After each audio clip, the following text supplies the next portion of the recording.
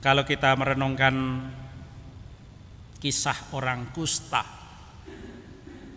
baik itu yang ada di dalam catatan-catatan perjanjian lama maupun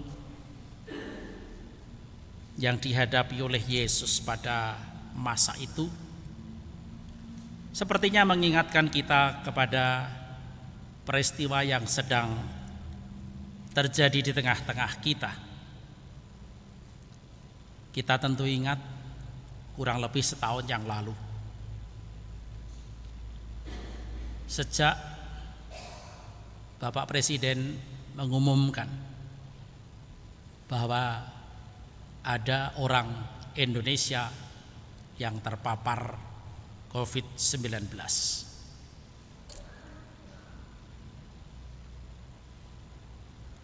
Yang menarik dari pernyataan itu adalah tidak disebutkan nama. Untuk orang pertama, kedua, dan sampai seberapa tidak pernah ada namanya. Itu satu hal. Setelah Bapak Presiden mengumumkan itu, lalu diikuti update berita mengenai COVID-19. Yang menarik dari update berita itu adalah selalu dilaporkan penambahan orang yang terpapar dan kemudian diikuti oleh jumlah orang yang meninggal. Dan itu disebutkan terus-menerus dari hari ke hari.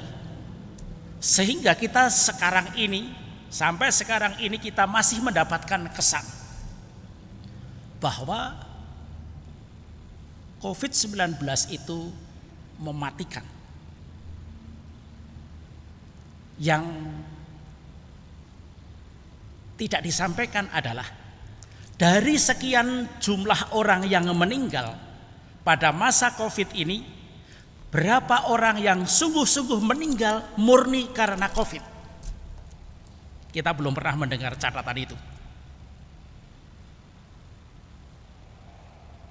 Karena sejauh saya perhatikan, saudara-saudara kita yang meninggal karena COVID itu kebanyakan mereka punya komorbid. Sebelumnya sudah ada penyakit lain, entah yang namanya TBC, jantung, gula, dan lain-lain. Pokoknya penyakit-penyakit yang serem-serem seperti itu, lalu terpapar COVID. Lah, paparan COVID ini lalu sepertinya menjadi penyebab mereka itu cepat meninggal. Itu juga tidak ada catatan berapa yang sudah meninggal karena komorbid lalu disegerakan oleh COVID dan seterusnya. Nah, itu satu hal, beritanya terkesan menakutkan. Belum pernah atau baru-baru ini pada waktu pemerintah kita dibandingkan dengan pemerintah negara lain, bagaimana menangani kasus COVID ini, barulah di situ dimunculkan catatan bahwa cara Indonesia menangani COVID itu lumayan baik, dan lalu ditunjukkan peningkatan orang-orang yang sembuh.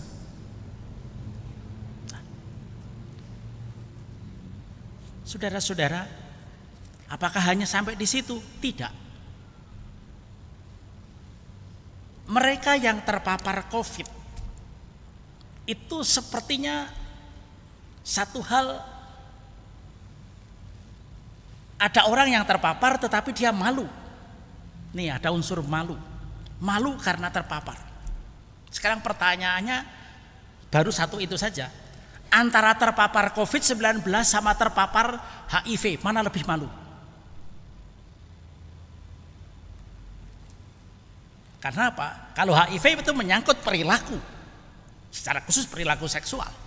Tetapi COVID itu tidak menyangkut perilaku moral seperti itu, beda. Mengapa harus malu? Mengapa harus menyembunyikan? Mana lebih baik? Menyembunyikan bahwa saya sakit COVID-19 ataukah saya diam-diam lalu pecicilan ke sana kemari lalu nempeli orang-orang? Itu.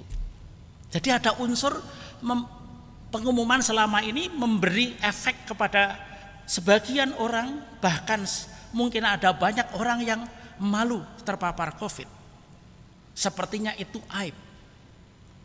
Dan sisi lain, karena melihat atau mendengar ada saudara atau teman yang terpapar COVID, kita menjauhi. Menjauhi bukan karena pertimbangan kesehatan, tetapi karena sudut mindsetnya itu kamu sepertinya orang tercela. Nah, ini catatan kita selama setahun ini. Kita belum banyak berubah dalam hal pengetahuan. Padahal sudah sedemikian banyak kemajuan teknologi kesehatan yang harusnya memaksa kita berubah cara pandang kita mengenai bagaimana penyakit ini sendiri. Nah, saudara-saudara, mengapa saya cerita mengenai COVID-19? Itu kurang lebihnya memudahkan kita untuk menggambarkan bagaimanakah orang kusta pada masa itu. Bacaan dari kitab Imamat jelas sekali menunjukkan orang yang sakit kusta harus berpakaian cabik-cabik, secara fisik harus diperlihatkan atau memperlihatkan diri, satu hal. Kedua, rambutnya terurai. Yang ketiga, menutupi mukanya. Entah ya kalau dulu apakah dengan masker seperti sekarang ataukah dengan cara lain saya nggak tahu. Tetapi intinya dia berseru, mengumumkan diri, najis, najis, najis. Saya kena najis, jangan dekat-dekat. Selama ia kena penyakit itu, ia tetap najis dan memang ia najis. Ia harus tinggal terasing di luar perkemahan. Itulah tempat kediamannya. Ini bahasa zaman itu.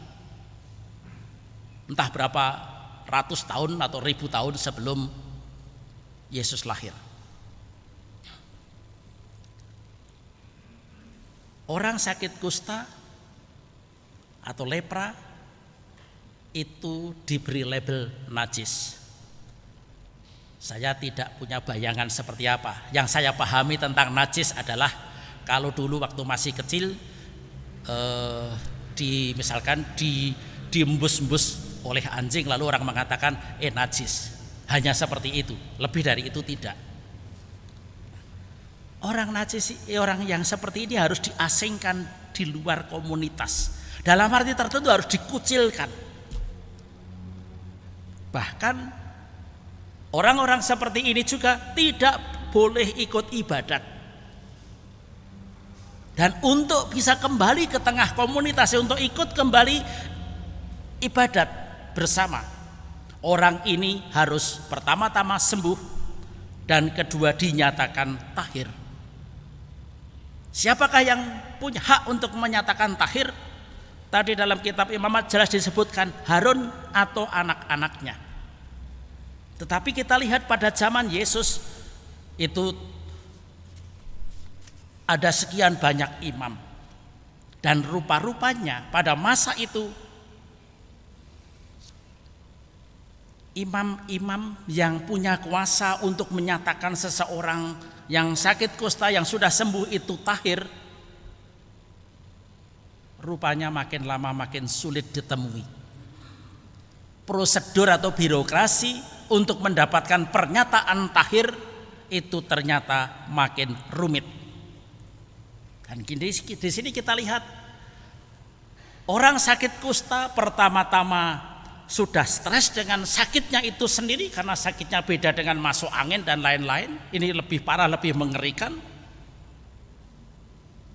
Dan kedua ditambah lagi dengan katakanlah belenggu sosial, sistem sosial yang membuat orang begitu terkena kusta sepertinya sulit untuk kembali ke tengah komunitas. Dari latar belakang seperti ini kita lalu dapat mengerti itulah problem yang dihadapi oleh orang kusta yang datang kepada Yesus, sehingga dia datang kepada Yesus dengan mengatakan, kalau engkau mau. Kalau engkau mau. Apa artinya? Orang itu sadar bahwa Yesus bukan imam yang punya hak untuk menyatakan. Tetapi dia tahu bahwa Yesus itu punya kemampuan menyembuhkan berbagai macam penyakit, bahkan menghidupkan orang mati. Maka permohonannya itu, kalau engkau mau, engkau dapat mentahirkan aku. Dan yang menarik adalah tergeraklah hatinya oleh belas kasihan. Hati Yesus tergerak oleh belas kasih. Tergerak dalam konteks ini bukan hanya sekedar bahwa dia itu mesakake, enggak. Di dalam kata tergerak hatinya oleh belas kasih, di situ tersembunyi perasaan Yesus, yaitu gregetan. Gregetan kenapa? Gregetan kepada sistem yang mempersulit orang untuk mendapatkan pernyataan tahir.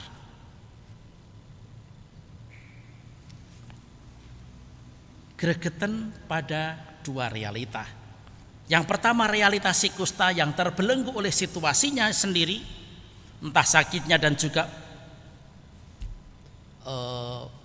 kesulitan mencari imam. Dan yang kedua, gregetan terhadap perilaku para imam, para pejabat yang terlalu jaga image, yang mempersulit orang yang sakit, dan barangkali di antara orang sakit itu banyak orang yang miskin juga. Artinya apa? Persembahan standar, persembahan minimal belum tentu dapat mereka bawa. Dan dari sana lalu kita dapat mengerti apa yang dikatakan oleh Yesus yang dicatat oleh Markus. Ia menyuruh orang itu pergi dengan peringatan keras. Ingatlah, jangan kau memberitahukan apa-apa tentang hal ini kepada siapapun. Tetapi pergilah, perlihatkanlah dirimu kepada imam, dan bawalah persembahan untuk pentahiranmu yang diperintahkan oleh Musa sebagai bukti bagi mereka.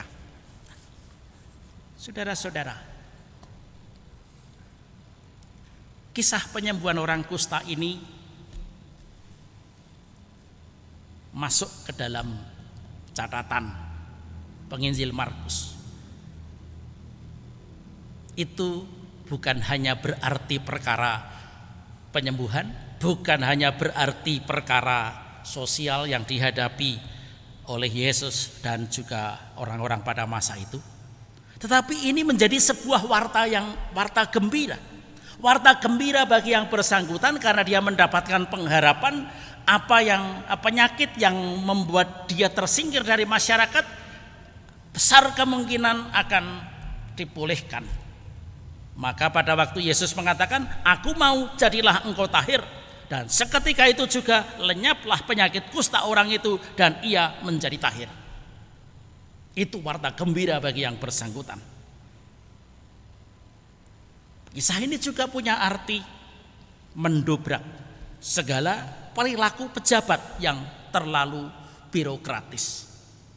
Ini menjadi peringatan bagi siapapun juga, bagi pejabat manapun, bagi orang-orang yang berada di posisi melayani publik. Jangan pernah berperilaku, kalau saya bisa mempersulit maka mengapa dipermudah. Harusnya dibalik. Kalau saya dapat mempermudah, melancarkan, mengapa saya harus mempersulit? Yang ketiga, sikap Yesus yang gregetan, yang tergerak hatinya, dan kemudian mengambil tindakan dengan mengatakan, aku mau, jadilah engkau tahir. Ini sebuah tindakan yang sepertinya mengabaikan aturan tadi. Karena apa? Di situ jelas bahwa aturan-aturan itu membelenggu hidup manusia. Dan yang diperhatikan Yesus, yang diutamakan oleh Yesus adalah manusianya. Maka itulah yang menjadi poin kita. Kita menjadi murid Yesus Kristus, di dalam setiap kehidupan, dalam setiap tindakan, selalu harus menempatkan manusia itulah yang pertama. Bagaimanakah kita dapat membawa optimisme, menumbuhkan pengharapan dalam hati orang yang sudah terpepet oleh macam-macam penderitaan, termasuk penyakit ini. Hanya dengan cara seperti itu kita dapat mewartakan Injil, warta gembira bagi siapapun. Kehadiran kita itu sungguh manusiawi karena membawa orang semakin disapa sebagai manusia.